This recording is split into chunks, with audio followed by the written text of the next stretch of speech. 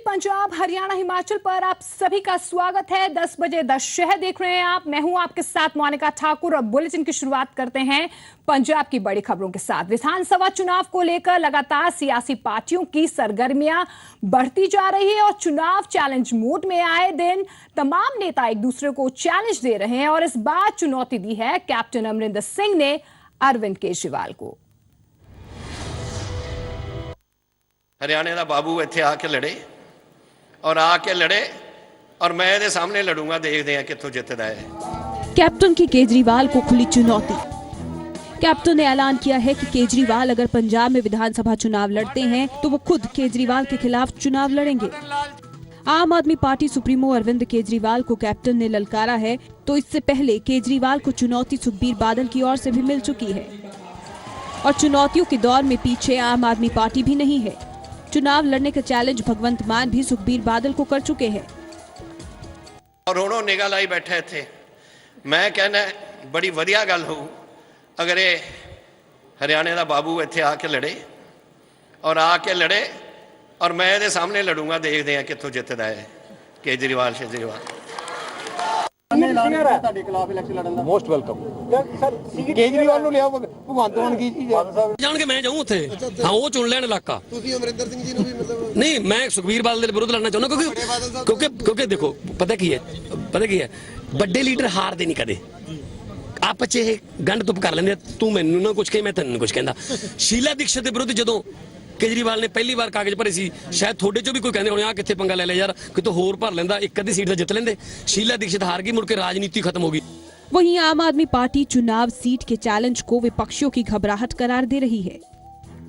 नहीं, मुझे ये समझ में नहीं आ रहा है कि अचानक दिन रात चाहे वो बादल साहब हों या कैप्टन अमरिंदर हों, उनको केजरीवाल का सपना क्यों सता रहा है। कहीं चुनाव लड़ने के बारे में उन्होंने खुद फैसला लिया, ना पार्टी ने फैसला लिया, ना कहीं ऐसी कोई चर्चा है। अपनी ओर से ही बातें खड़ी की जा रही हैं। मुझे लगता है कि उनको अपने पार्टी के कैंपेन पे फोकस करना चाहिए। तो राज्य में चुनौतियों का दौर जारी है, लेकिन अगर इन सभी बयानों को समझा जाए तो सुखबीर बादल केजरीवाल को उनके खिलाफ लड़ने की चुनौती दे चुके हैं और दूसरी ओर कैप्टन ने ऐलान किया है कि जहां केजरीवाल चुनाव लड़ेंगे वो उसी सीट से ही केजरीवाल के खिलाफ लड़ेंगे। तो अगर सुखबीर की चुनौती केजरीवाल ने कबूल की तो मुकाबला सुखबीर बादल बनाम केजरीवाल बनाम कैप्टन अमरिंदर सिंह हो जाएगा। खैर, ये बयानों का गणित है। चुनावों में कौन किसके मुकाबले में होगा उसके लिए थोड़ा इंतजार करना होगा। पटियाला से अवतार गिल के साथ न्यूज डेस्क रिपोर्ट, जी मीडिया। कल से शुरू हो रहे पंजाब विधानसभा के बजट सत्र के हंगामेदार रहने के आसार है। विरोधी पक्ष एसवाईएल समेत कई मुद्दों पर सरकार को घेरने की तैयारी कर रही है, तो सत्ता पक्ष भी पूरी तैयारी के साथ जवाब देने के लिए तैयार है। पंजाब विधानसभा के शुरू हो रहे बजट सत्र में इस बार पानी का मुद्दा गर्म रहेगा। एसवाईएल पर केंद्र सरकार द्वारा सुप्रीम कोर्ट में हरियाणा के हक में लिए गए स्टैंड के बाद इस मुद्दे पर प्रदेश में आरोप प्रत्यारोप का दौर जारी है। विपक्ष इस मुद्दे पर सरकार को घेरने के लिए अडजर्नमेंट मोशन लाने की तैयारी में है, तो वहीं सरकार ने भी कांग्रेस को जवाब देने की पूरी तैयारी की हुई है। पंजाब दे हितां दे खिलाफ स्टैंड लिया, ਉਹਦੇ ਲਈ ऐसी एडजर्नमेंट मोशन विधान सभा ਦੇ ਸੈਸ਼ਨ 'ਚ ਦੇਣ ਜਾ ਰਹੇ। ਸ਼੍ਰੋਮਣੀ ਅਕਾਲੀ ਦਲ ਦਾ ਸਟੈਂਡ ਜਿਹੜਾ ਸਾਡੇ ਮਾਨਯੋਗ ਮੁੱਖ ਮੰਤਰੀ ਸਾਹਿਬ ਨੇ ਬੜਾ ਕਲੀਅਰ ਕਰ ਦਿੱਤਾ ਔਰ ਮੈਂ ਤੁਹਾਡੇ ਜ਼ਰੀਏ ਫਿਰ ਕਰਨਾ ਚਾਹੂੰਗਾ ਕਿ ਸ਼੍ਰੋਮਣੀ ਅਕਾਲੀ ਦਲ ਪੰਜਾਬ ਦੇ ਪਾਣੀਆਂ ਦੇ ਮਸਲੇ ਤੇ ਕਿਸੇ ਕਿਸਮ ਦਾ ਪੰਜਾਬ ਨਾਲ ਵਿਤਕਰਾ ਨਾ ਹੋਣ ਅੱਜ ਤੱਕ ਦਿੱਤਾ ਤੇ ਨਾ ਅੱਗੇ ਹੋਣ ਦੇਵੇਗੀ। एसवाईएल के अलावा प्रदेश की आर्थिकता, बेरोजगारी, ड्रग्स, कानून व्यवस्था और दलितों के खिलाफ हुए जुल्मों के मुद्दे भी इस सत्र के दौरान बहस का विषय बनेंगे। 2017 की विधानसभा चुनाव से पहले पेश किए जाने वाले इस बजट में जहां सरकार लोग लुभावना बजट पेश कर लोगों का दिल जीतना चाहेगी, तो वहीं विपक्ष सरकार की नाकामियों को लोगों के सामने लाकर खुद को जनहित की रक्षा करने वाली एक पक्ष के रूप में पेश करने की कोशिश करेगी। कांग्रेस द्वारा सरकार को विधानसभा में तो घेरा ही जाएगा, विधानसभा के बाहर भी काले झंडे दिखाकर घेरने की रणनीति बनाई जा रही है। जगतार भुल्लर, जी मीडिया, चंडीगढ़। तो पानी के मुद्दे पर गरमाई सियासत के दौरान हर पार्टी एक दूसरे को दोषी ठहराकर खुद को सबसे बड़ा हमदर्द साबित करने में जुटी हुई है। कैप्टन ने पानी के मुद्दे पर केजरीवाल पर निशाना साधा है तो आम आदमी पार्टी और अकाली दल ने कैप्टन को नसीहत दे डाली। एसवाईएल के मुद्दे पर प्रदेश की राजनीति गरमा गई है। पानी पर गर्म हुई सियासत के जरिए हर कोई एक दूसरे पर आरोपों की आंच लगा रहा है। ता कोई गर्म पानी में अपने हाथ जले हुए बताकर मुद्दे को कैश करने में लगा है। कैप्टन ने एसवाईएल के जरिए केजरीवाल पर निशाना लगाया तो पार्टी ने भी पलटवार करने में देर नहीं लगाई और इस मुश्किल के लिए कैप्टन को ही जिम्मेवार बताया। अकाली दल ने भी एसवाईएल को लेकर कैप्टन की भूमिका का जिक्र किया और उन्हें ही नसीहत दे डाली। तो ये जरा पहला मैनू ऐलान ही कर दे, दस दे कि तुसी ये पानी दे मसले ते कित्थे खड़े आ, तू हरियाणे नाल खड़े या पंजाब नाल खड़े आ। श्रीमती इंदिरा गांधी ਜਿਹੜੇ ਕਿ ਅੱਜ ਦੁਨੀਆ 'ਚ ਨਹੀਂ ਹੈਗੇ, ਜਿਨ੍ਹਾਂ ਨੇ ਕੋਲੇ ਬਿਠਾ ਕੇ ਦੋਨੋਂ ਮੁੱਖ ਮੰਤਰੀਆਂ ਨੂੰ ਮੌਕੇ ਦਿਆਂ ਨੂੰ ਪੰਜਾਬ ਤੇ ਹਰਿਆਣੇ ਦਿਆਂ ਨੂੰ ਇਹ ਸਮਝੌਤਾ ਕਰਾਇਆ ਔਰ ਸਮਝੌਤਾ ਹੀ ਨਹੀਂ ਕਰਾਇਆ, ਸਾਰੇ ਪੰਜਾਬ ਦੇ ਵਿੱਚੋਂ ਪੈਸੇ ਇਕੱਠੇ ਕਰਕੇ ਚਾਂਦੀ ਦੀ ਕਹੀ ਬਣਾ ਕੇ ਤੇ ਜਦੋਂ ਟੱਕ ਲਾਉਣ ਵਾਸਤੇ श्रीमती इंदिरा गांधी ਮੌਕੇ ਦੇ ਪ੍ਰਧਾਨ ਮੰਤਰੀ ਆਏ ਤੇ ਕੈਪਟਨ ਅਮਰਿੰਦਰ ਸਿੰਘ पूरियां बाहां चौड़ियां करके नाल खड़े हुए ने टक लाउन।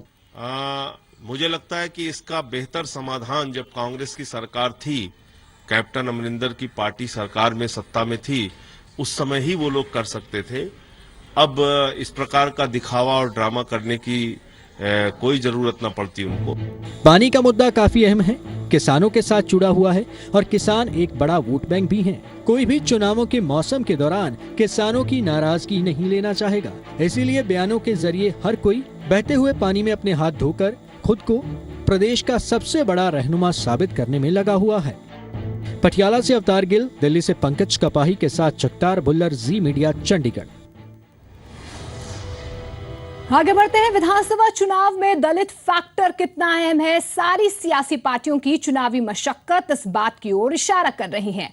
आपके राष्ट्रीय संयोजक अरविंद केजरीवाल काशीराम के परिवार को मिलने जा रहे हैं तो बीएसपी 15 मार्च से ही चुनावी ताल ठोकने की तैयारी में है, जिसमें बीएसपी सुप्रीमो बाकी पार्टियों के साथ अलायंस का ऐलान कर सकती हैं।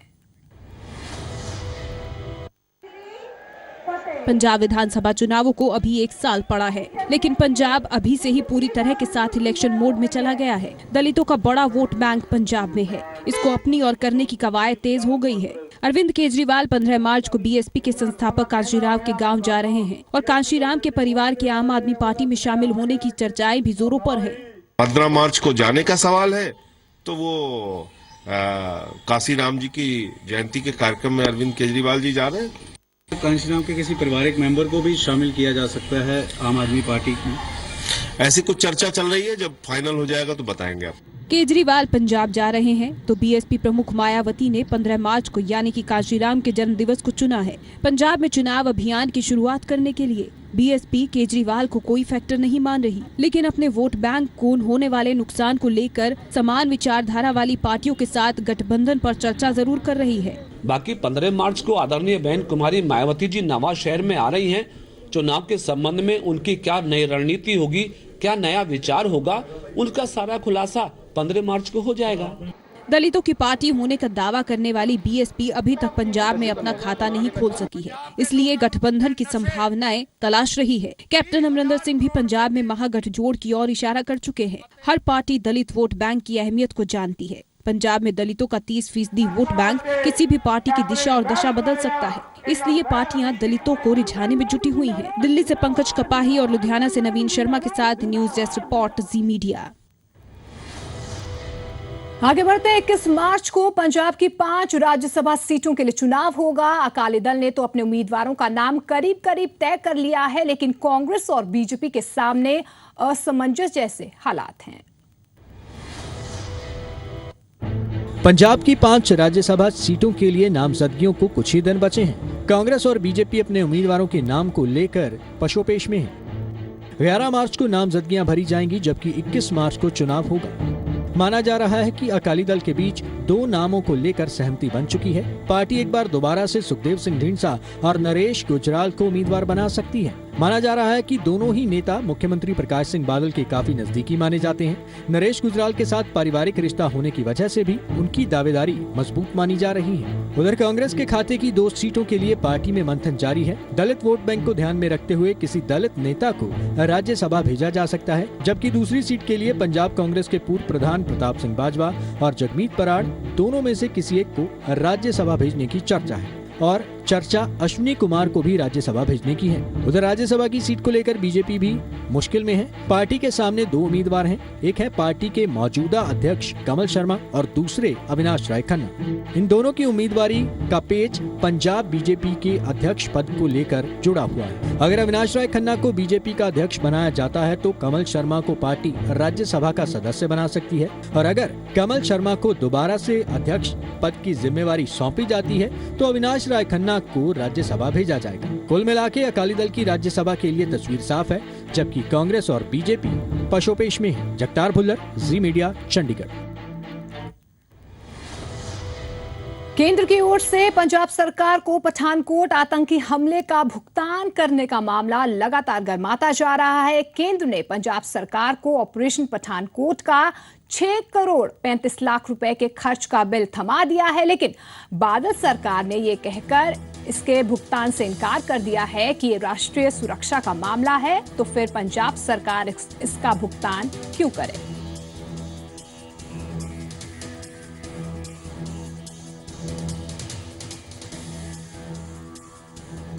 उधर इस मामले पर सियासत भी शुरू हो गई है। कांग्रेस के मुताबिक केंद्र सरकार को सुरक्षा से ज्यादा पैसों की चिंता है, तो बीजेपी इस मामले पर नपातुला जवाब दे रही है।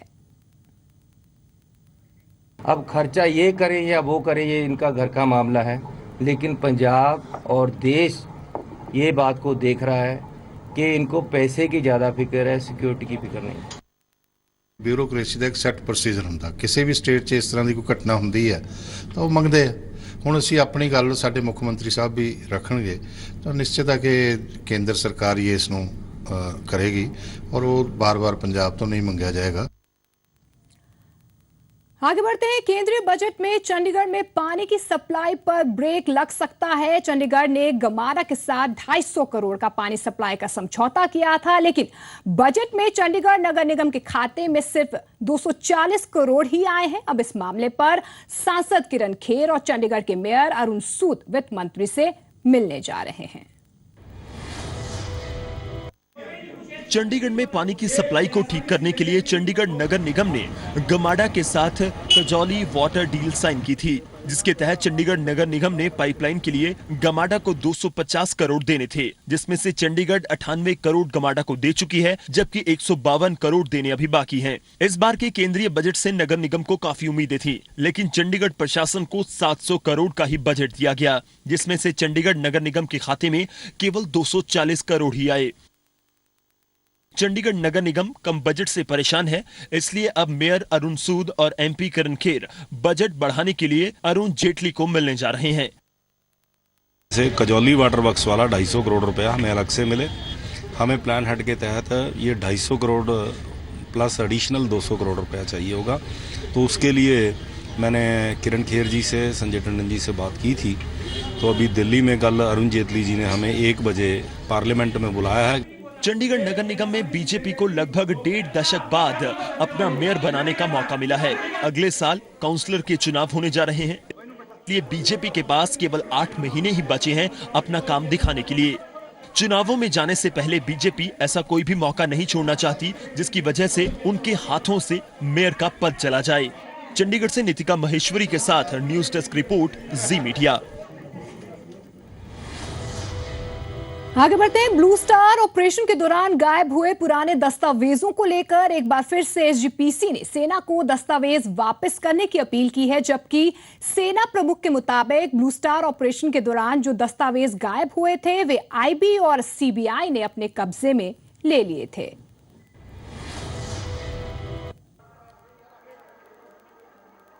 सेना प्रमुख दलबीर सिंह सुहाग के अमृतसर दौरे के दौरान एक बार फिर से ब्लू स्टार ऑपरेशन दौरान गुम हुए दस्तावेजों का मुद्दा गर्मा गया है। एसजीपीसी ने जनरल सुहाग को दस्तावेज वापस करने की अपील की है, जिस पर सेना प्रमुख जनरल दलबीर सिंह सुहाग ने कहा है कि उन्होंने खुद इन डॉक्यूमेंट्स की पड़ताल करवाई है, लेकिन उनको ये दस्तावेज नहीं मिले हैं। सुहाग के अनुसार ब्लू स्टार ऑपरेशन के दौरान ये दस्तावेज आईबी और सीबीआई के अधिकारी पड़ताल के दौरान अपने साथ ले गए थे।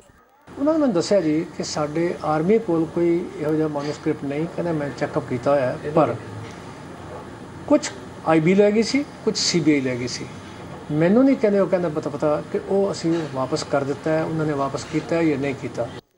वहीं सेना प्रमुख जनरल सुहाग ने कहा कि वो एक बार फिर से दस्तावेजों की जांच करवाने के लिए तैयार है। इसके लिए एसजीपीसी उनको इन डॉक्यूमेंट्स की लिस्ट बना कर दे। उन्होंने एको गल आखी है कि तुसीं मैनूं एक डिटेल अपना लैटर पा दिओ ते मैं इस मसले नूं गंभीरता नाल लैके मैं इहदा पता कर लवांगा जी।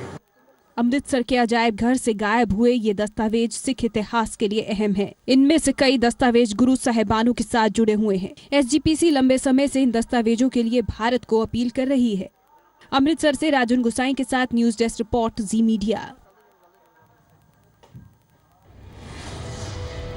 आगे बढ़ते हैं, हरियाणा की खबरों का रुख करते हैं। गुड़गांव में 2 दिन तक चलने वाली happening Haryana global investors summit 2016 का आगाज हो गया है। केंद्रीय मंत्री अरुण जेटली ने इस इन्वेस्टर्स समिट का उद्घाटन किया है। इन्वेस्टर्स समिट के पहले दिन 1.25 लाख करोड़ रुपए के निवेश का MOU साइन हुआ।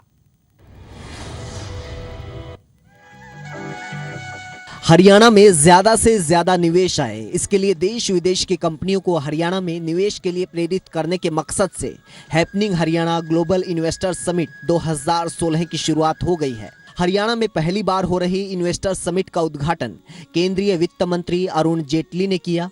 इस मौके पर अरुण जेटली ने इन्वेस्टर्स के लिए बिजनेस के लिहाज से हरियाणा की खूबियों को गिनवाया। Haryana obviously has several advantages, and I think the greatest advantage that Haryana has is its proximity to the national capital. It's a natural advantage Haryana has. 13 of its districts on various sides are abutting the national capital. And therefore, being a part of the NCR region, being a part of the various industrial corridors which are going to be created, 2 दिन तक चलने वाली इस summit में हरियाणा सरकार का 3.75 लाख करोड़ रुपए के निवेश का लक्ष्य है। इस इन्वेस्टर्स समिट में 12 बिजनेस पार्टनर हैं। ग्लोबल इन्वेस्टर्स समिट के पहले ही दिन हरियाणा में 1.25 लाख करोड़ रुपए के निवेश के MOU साइन किए गए। इन्वेस्टर समिट का ये पहला दिन है जिसमें 1.25 लाख करोड़ रुपए के MOUs हो चुके हैं और जो हमारी अपेक्षा से भी अधिक है। अभी कल का दिन बाकी है, लगभग इतने ही MOU और भी होने वाले हैं। तो इस प्रकार से जो हमारा टारगेट है उस टारगेट से कहीं 3 गुना 4 गुना तक हम पहुंचेंगे। मुख्यमंत्री मनोहर लाल खट्टर ने हरियाणा सरकार के विजन को भी इन्वेस्टर्स के सामने पेश किया। Friends, my vision of Haryana is of A futuristic state with smart villages and smart cities and e-governance solutions for all public services. 2 दिन तक चलने वाली इस इन्वेस्टर्स समिट के पहले ही दिन जिस तरह से हरियाणा को निवेश मिला है उससे हरियाणा सरकार को ढेरों उम्मीदें हैं। सरकार का मानना है कि ये इन्वेस्टर्स समिट राष्ट्रीय और अंतर्राष्ट्रीय स्तर के बड़े औद्योगिक निवेश के साथ प्रदेश के विकास को एक नई दिशा देगी।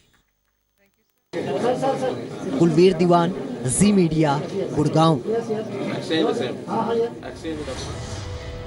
इस बीच हैपनिंग हरियाणा इन्वेस्टर्स समिट में उद्योग जगत की कई हस्तियां मौजूद रही। एसएल ग्रुप के चेयरमैन डॉक्टर सुभाष चंद्रा ने भी इस समिट में शिरकत की है। डॉक्टर चंद्रा ने हरियाणा सरकार को हर मुमकिन मदद का भरोसा दिया।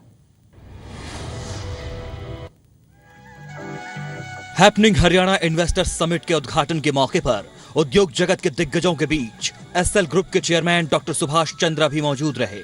डॉक्टर चंद्रा ने भरोसा दिलाया कि वो हर वक्त हरियाणा की मदद के लिए तैयार हैं। Whatever Haryana state wants from me anytime, I am there to help them.